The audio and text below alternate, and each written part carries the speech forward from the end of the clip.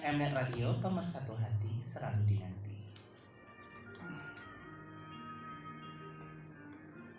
Assalamualaikum warahmatullahi wabarakatuh. Selamat pagi sahabat Sehat Maripro, kaum muslimin dan muslimat di mana saja Anda berada. Alhamdulillah di hari Rabu pagi ini 6 Oktober 2021 dan 29 Safar 1443 Hijriah, kembali kita bersua di udara di ajang tausiah subuh bersama Jamu TPS Maripro. Makin nyata makin terasa lebih dari Jamu TPS biasa. Insya Allah selama 1 jam lebih ke depan kita akan menghadirkan tausiah di ruang dengan sahabat semua. Tentunya disampaikan oleh Ustadz yang tidak asing di ruang dengan kita. Dan mengawali jumpa telah kita hadirkan lagu yang sangat cocok dengan tema nantinya, Syakir Daulay dan ada Sofi ya dengan Faulida yang berjudul Anugerah Cinta dan Bidadari Cinta. Sampai ajal menjemputku, ku selalu memujamu, menyayangmu, engkau bidadariku. Aduh, sangat enak sekali lagunya Ustaz. Dan langsung kita sapa Ustaz Ugi. Assalamualaikum Ustaz. Waalaikumsalam warahmatullahi wabarakatuh. Silakan disapa dulu sahabat kita Ustaz.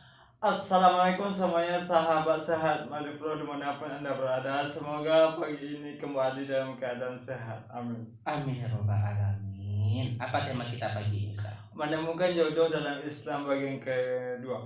Menemukan jodoh, tahu nggak Ustaz? Ustaz kan memasukkan ke YouTube Ustaz. Ya. Terus Ustaz bagikan kan? Ya. Nah, terus oleh Mama Nisma, mungkin Mama Nisma lagi monitor sekarang Ya. Mama Nisma diteruskan juga ke inbox Facebook pribadi Ana. Pangeran ya, dikasih telunjuk di atas. Aduh. Mungkin Mama Nisma lagi seriusnya pagi. Iya. Oke, Ustaz langsung saja. Oke. Bismillah. Assalamualaikum warahmatullahi wabarakatuh. Alhamdulillahi rabbil alamin.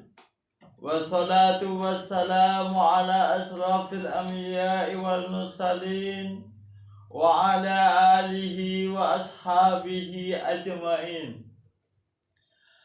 Ashhadu an la ilaha illallah wa ashhadu anna Muhammadan abduhu wa rasuluh sallallahu alaihi wasallam la nabiyya ba'dah. Allahumma fasalli wa sallim wa barik ala Muhammad wa ala alihi wa ashabihi ajma'in. Amma ba'du fa ya ibadallah, usikum wa iyaya bittaqwallah, faqad fazal muttaqun. Ittaqullah haqqa tuqatih wa la tamutunna illa wa antum muslimun. Kaum muslimin, sahabatku dimanapun Anda berada, bersyukur kita kepada Allah Subhanahu wa ta'ala yang telah menciptakan kita sebagai makhluk yang sangat mulia, makhluk yang paling sempurna. Sebaik-baik bentuk diciptakan ada Allah Subhanahu wa ta'ala.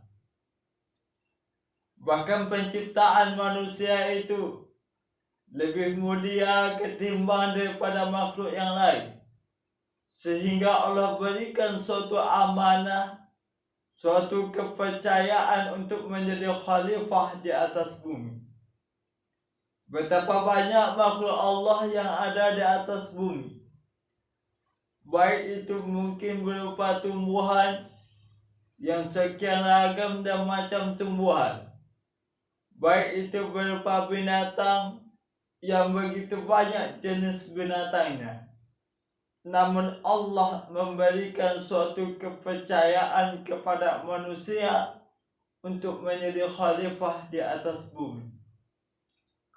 Maka oleh sebab itu, selaku manusia yang diberikan oleh Allah Subhanahu wa ta'ala suatu amanah untuk menjadi khalifah di atas bumi, pimpinan bumi, maka jadilah sebagai manusia yang taat dan patuh kepada Allah Subhanahu wa Ta'ala. Jangan sampai kita manusia yang merusak kehidupan di bumi. Jangan sampai manusia yang banyak berbuat dosa dan kesalahan di atas bumi. Sebab kenapa? Yang namanya manusia diberikan suatu kelebihan oleh Allah Subhanahu wa Ta'ala, yaitu berupa akal dan fikiran serta hati nurani yang Allah titipkan kepada kita. Namun persoalannya adalah ketika kita menjadi manusia, menjadi khalifah di atas bumi, apakah kita telah mampu dan berusaha maksimal untuk menjadi makhluk terbaik di atas bumi ini? Kaum muslimin, sahabatku dimanapun Anda berada, salawat dan salam kita hadiahkan untuk Rasulullah SAW, di mana beliau adalah contoh suri teladan dalam kehidupan kita. Allah pun mengatakan kepada kita dalam sebuah ayatnya, laqad kana lakum fi rasulillahi uswatun hasanah. Allah pun mengakui keunggulan, ketinggian dan kemuliaan akhlak Rasulullah. Dan sungguh kata Allah, telah ada pada diri Rasulullah SAW contoh tauladan yang baik untukmu, kata Allah. Kalau seandainya Allah telah akui akhlak Rasulullah, maka kita sebagai manusia, apalagi umat Nabi Muhammad SAW, maka patut dan pantas untuk kita contoh dalam kehidupan kita. Baik itu cara beribadah beliau, baik cara berkata beliau, cara perbuatan beliau, dan cara segala aspek kehidupan beliau. Maka semuanya patut dan pantas, bahkan wajib kita contoh dalam kehidupan kita. Kenapa pantas untuk kita contoh? Karena Rasulullah adalah jaminan Allah untuk keselamatan dunia sampai akhirat. Melalui dua peninggalan beliau, kita jadikan suatu pedoman dan petunjuk dalam kehidupan. Maka Rasulullah katakan, lan tadilu abada. Sekali-kali, kata Rasul, tidak akan pernah sesat buat selama-lamanya. Makanya selagi kita ikuti Rasulullah, selagi kita ikuti semua yang diperintahkannya, dan kita hentikan pula apa yang tidak diperbolehkan oleh Rasul, maka selamatlah kita dalam kehidupan. Baik itu dalam kehidupan dunia, bahkan sampai kepada kehidupan kelak akhirat nanti. Kaum muslimin, sahabatku dimanapun Anda berada, kita manusia diciptakan oleh Allah Subhanahu wa Ta'ala dengan berbagai kelengkapan. Baik itu apa yang dinamakan dengan akal fikiran, ataupun hati nurani, atau bahkan yang namanya nafsu pun disediakan oleh Allah Subhanahu wa Ta'ala untuk manusia. Berbeda dengan makhluk lain. Kalau seandainya malaikat nggak ada nafsunya, makanya semuanya yang diperintahkan Allah kepada mereka, mereka lakukan, tunduk. Sepenuh-penuhnya tunduk kepada Allah. Nggak ada keinginan untuk membantah, nggak ada keinginan untuk menidakkan perintah Allah Subhanahu wa Ta'ala. Nggak pernah bangkang kepada Allah. Kenapa? Allah tidak menciptakan nafsu untuk mereka. Begitu pula yang namanya iblis atau setan. yang Allah tidak berikan nikmat keimanan kepada mereka. Gak ada namanya suatu kepercayaan dan ketundukan kepada Allah Subhanahu wa taala. Yang ada bagi mereka hanyalah nafsu. Tapi manusia Allah berikan semuanya. Ada akal, ada keimanan, ada pula yang namanya nafsu. Semuanya diberikan kepada manusia. Begitu komplitnya manusia, sehingga di dalam kehidupan mereka kadangkala ada suatu perbedaan antara keinginan nafsunya dengan yang namanya keimanan. Di ketika keimanan yang ada dalam hidupnya mampu mengalahkan nafsunya, maka derajat manusia itu diangkat tinggi oleh Allah Subhanahu wa taala. Tapi sebaliknya, di ketika nafsunya menguasai diri pribadi dan kehidupannya, mengalahkan akal dan imannya, maka Allah menjatuhkan dirinya bahkan lebih hina daripada binatang ternak. Kaum muslimin sahabatku dimanapun Anda berada, makanya Allah dalam penciptaan manusia itu, Allah menunjukkan suatu kebesarannya, yaitu menciptakan manusia itu berpasang-pasangan.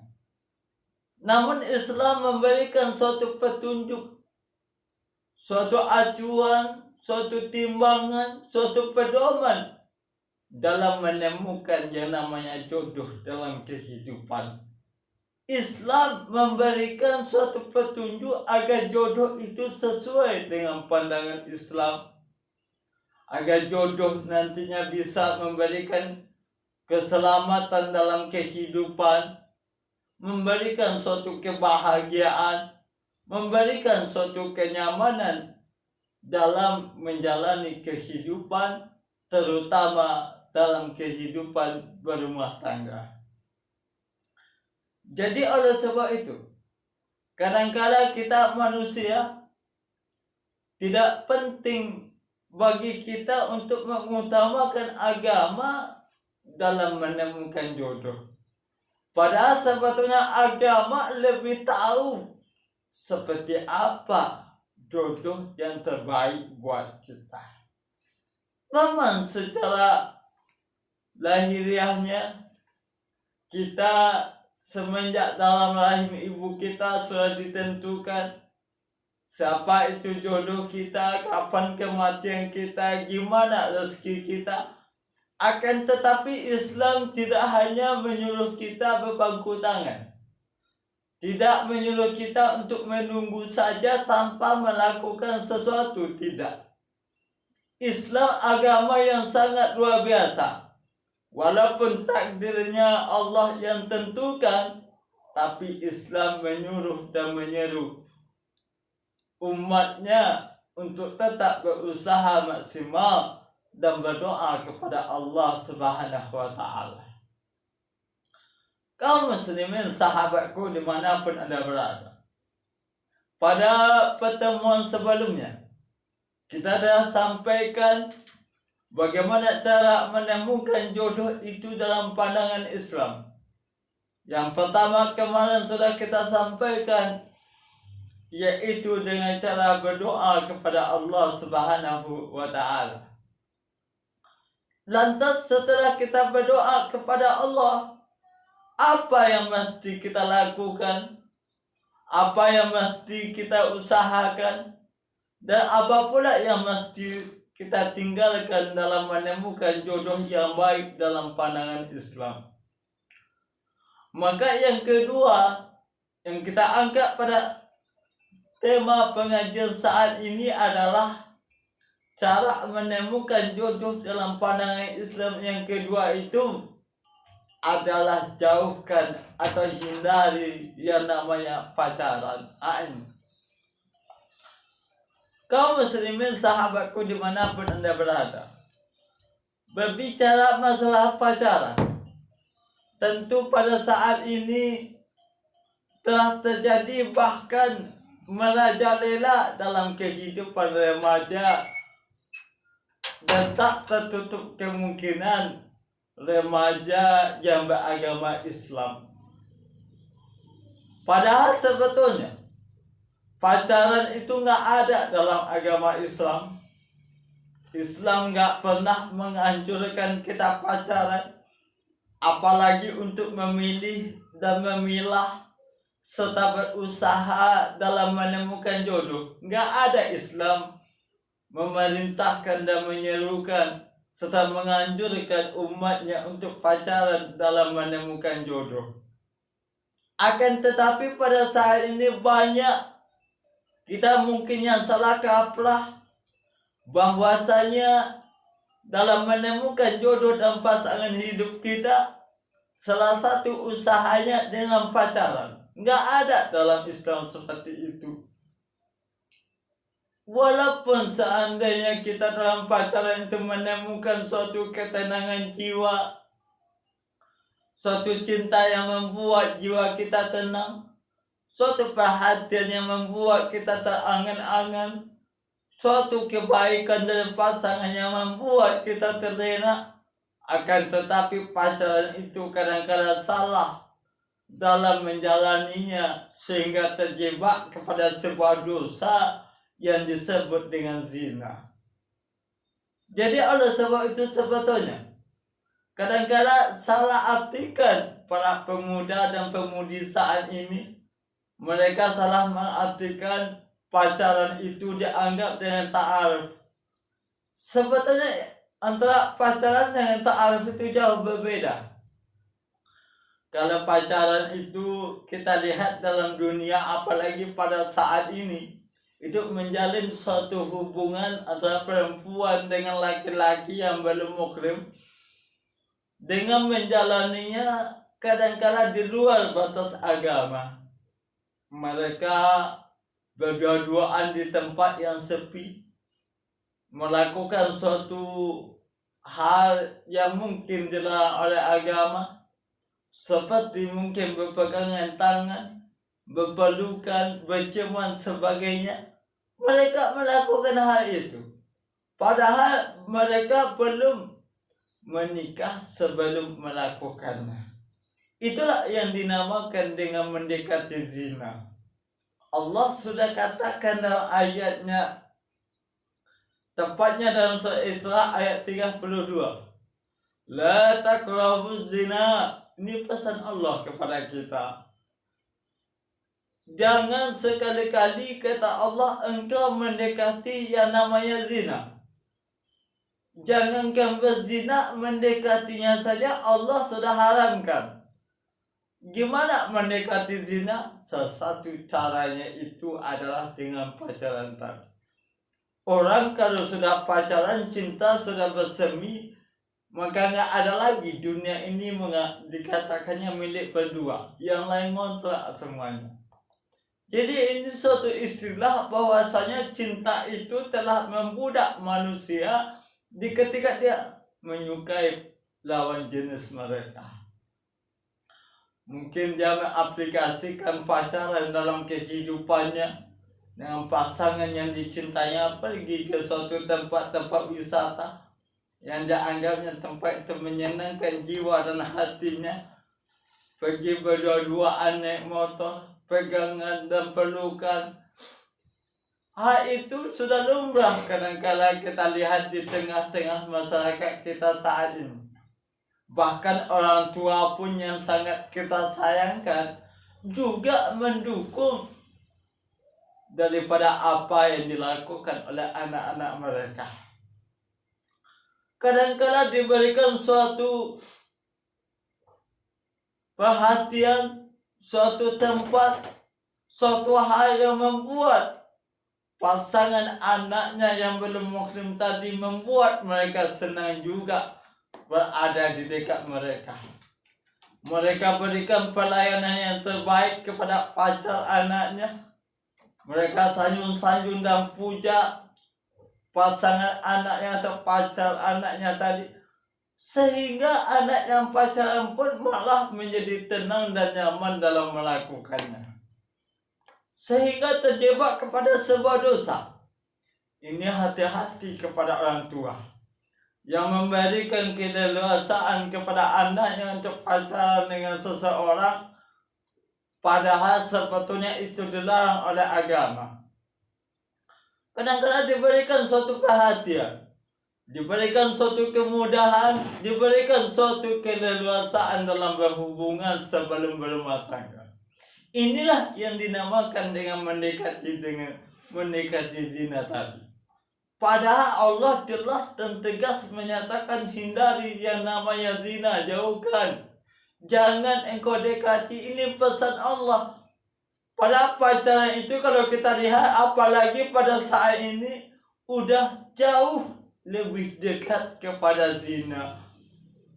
Ini kadang-kala berdua-duanya di tempat-tempat yang sepi, bahkan di dalam gelap gulita. Mereka berdua-duaan, apa yang mereka lakukan?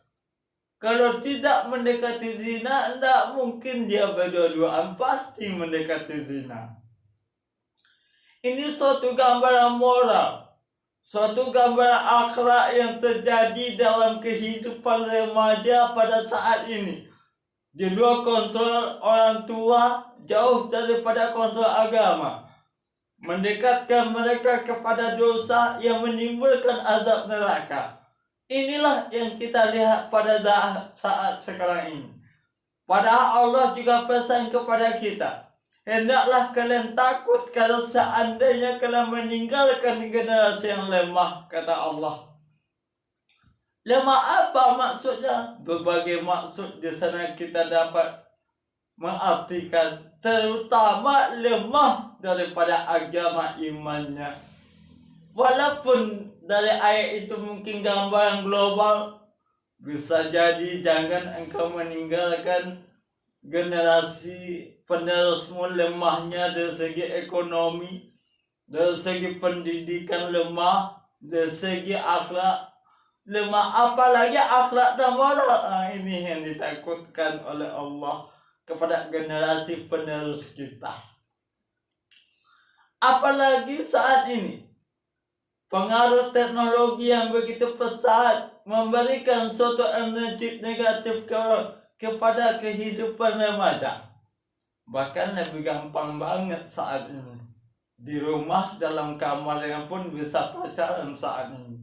Bahkan di luar daripada batas-batas sewajarnya mereka mungkin telah lakukan. Apa yang tidak bertemu di dalam kamar, tanpa satu kamar pun bisa saat ini.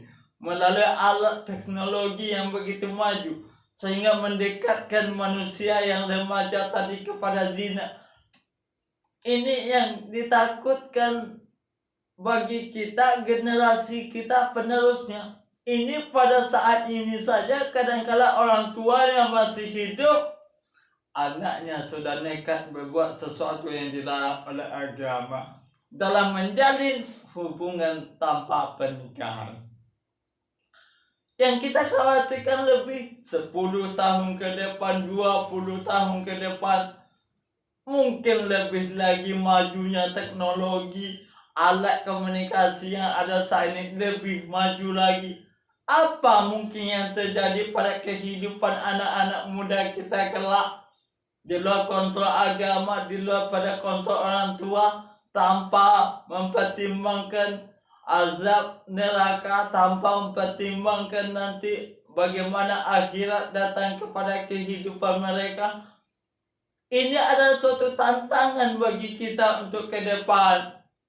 Makanya bekal yang penting untuk kita berikan kepada generasi penerus kita, terutama anak-anak kita, berikan mereka bekal agama, agar sesuatu pengaruh kehidupan dunia dalam kehidupan mereka tidak menjebak dan tidak menjerumuskan mereka kepada lembah hina. Ini kadang-kadang lebih lagi daripada binatang. Binatang kalau seandainya berbuat sesuatu yang tidak senonoh dalam pandangan agama, oke saja mereka binatang. Yang namanya binatang gak diberikan akal pikiran oleh Allah. Dimanapun mereka melakukan suatu hubungan bebas mereka melakukan. Mereka tidak dibebani oleh suatu dosa, suatu kesalahan. Kenapa? Mereka tidak diberikan akal pikiran. Mereka tidak dianugerahkannya namanya keimanan. Tapi berbeda dengan manusia. Diberikan suatu keimanan, diberikan suatu akal yang nantinya diminta pertanggungjawabannya. Apa yang telah dilakukan oleh manusia dengan nikmat akal dan iman yang diberikan Allah kepada mereka. Jadi hati-hati, jangan percaya saja kita orang tua. Kadang-kala anak minta izin kepada kita, ya atau bunda, saya pergi keluar ke sana ke sini bersama siapa? Kalau anaknya misalnya perempuan yang bernama Ani bersama si Budi, ya, oh sama si Budi silakan. Kadang-kala memberikan suatu kepercayaan kepada anak. Ini bisa membahayakan anak kita sebetulnya. Kalau seandainya suatu terjadi bahaya pada anak kita, yang malu siapa? Kita juga. Gimana nanti berusaha menutupi aib daripada zina yang mereka lakukan, suatu saat yang namanya busuk itu aromanya akan tercium juga. Ini yang kita takutkan. Bukan saja daripada pencemaran agama, akan tetapi keluarga kita pun ternodai nama baiknya. Ini hati-hati. Kenapa? Akibat daripada pacaran. Banyak pada saat ini yang bisa Allah pertemukan. Kalau Allah sudah berkehendak menemukan jodoh, walaupun belum pernah bertemu sekalipun, kalau Allah sudah menakdirkan pertemuan jodoh itu, maka mau tidak mau, suka ataupun tidak suka dengan kehendak Allah, pasti akan bertemu. Jangan risau kita nggak ada pacaran, nggak ada pacar, nggak ada kekasih, lantas nggak ada jodoh, nggak ada. Islam itu bukan seperti itu. Jadi kaum muslimin, sahabatku dimanapun anda berada, apalagi pada kaum remaja, pada kaum putra putri anak bangsa yang masih muda yang belum menikah, maka seandainya kita mungkin pada saat ini menjalani hubungan tanpa ikatan pernikahan atau yang disebut dengan pacaran, maka mulai pada saat ini tolong tinggalkan yang namanya pacaran. Itu nggak ada dalam Islam. Dan jangan khawatir. Ini banyak yang khawatir, kalau nggak ada pacaran nanti pasangan saya gimana. Nggak ada itu. Bisa jadi kalau orang itu pacaran, tentu kalau Allah tidak berkehendak itu jodohnya, sejauh manapun dia pacaran, selama manapun dia pacaran, kalau itu bukan jodohnya, kata Allah, maka itu bukan akan menjadi pasangan dalam hidup mereka. Kaum muslimin, sahabatku dimanapun anda berada, cara selanjutnya untuk menemukan jodoh dalam Islam itu adalah boleh meminta bantuan orang lain yang kita anggap percaya untuk menemukan jodoh kita. Nah, ini caranya. Islam itu memperbolehkan kita minta bantuan orang lain. Contoh, kita mungkin saat ini umur segini belum juga menemukan jodoh, boleh minta bantuan kepada orang lain. Boleh kita minta tolong orang lain memperkenalkan pasangan untuk kita, boleh, silakan. Agama itu membolehkan. Jadi boleh minta bantuan kepada orang yang kita percaya, tapi syaratnya jangan terlalu sering atau berulang-ulang. Nah, ini kadang-kadang mentang-mentang boleh minta bantuan kepada orang, terlalu sering minta bantuan kepadanya, berulang-ulang. Jadi seakan-akan kita begitu tergesa-gesa untuk mendapatkan seorang jodoh dalam kehidupan. Dia nggak boleh minta bantuan, silakan, tapi jangan terlalu sering dan berulang-ulang. Ini kadang-kala dengan sering berulang-ulang, tentu yang pertama orang yang tempat kita minta tolong itu menjadi bosan. Yang kedua, mungkin bisa jadi mereka marah. Yang ketiga, tentu mereka nggak mau lagi bantu kita nih. Udahlah, terlalu sering engkau minta tolong atau menyebut-nyebut sesuatu hal yang seperti itu, saya bosan dengannya. Padahal saya saat ini sedang berusaha. Nah, ini terlalu berulang-ulang membuat orang bosan, nggak boleh. Tapi agama membolehkan kita minta bantuan kepada orang lain, tapi jangan berulang-ulang dan terlalu sering. Nah ini. Kenapa seperti itu? Karena bisa jadi jodoh kita itu dipertemukan oleh Allah melalui orang lain. Nah ini banyak terjadi seperti itu. Misalnya jodoh kita orang lain yang memperkenalkan kepada kita, sehingga karena memang itu jodoh kita, akhirnya melalui perantara orang itu kita dipertemukan jodoh oleh Allah Subhanahu wa Ta'ala. Bolehkah seperti itu? Boleh dalam pandangan agama. Jadi kalau seandainya sudah diberikan atau dipertemukan oleh orang lain untuk kita, maka boleh kita menanyakan sesuatu tentangnya yang pertanyaan itu masih dalam koridor agama. Misalnya bagaimana keturunannya, seperti apa kehidupannya, boleh. Itu yang namanya ta'aruf. Bukan berarti pacaran, tapi mengenali dia melalui orang lain. Itulah yang namanya ta'aruf.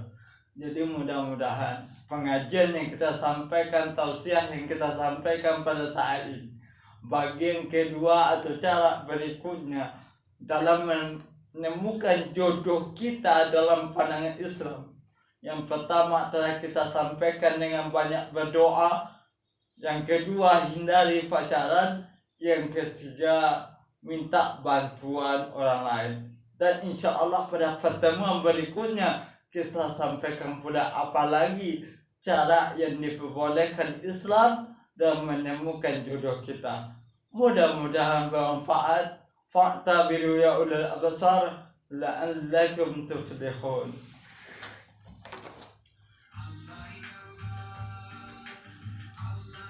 Alhamdulillah, terima kasih buat Ustadz Uki yang telah menyampaikan kajian di ruang dengar kita semua. Dan buat sahabat yang ingin bergabung bertanya seputar pengajian beliau, silakan di 0823 8644 7487.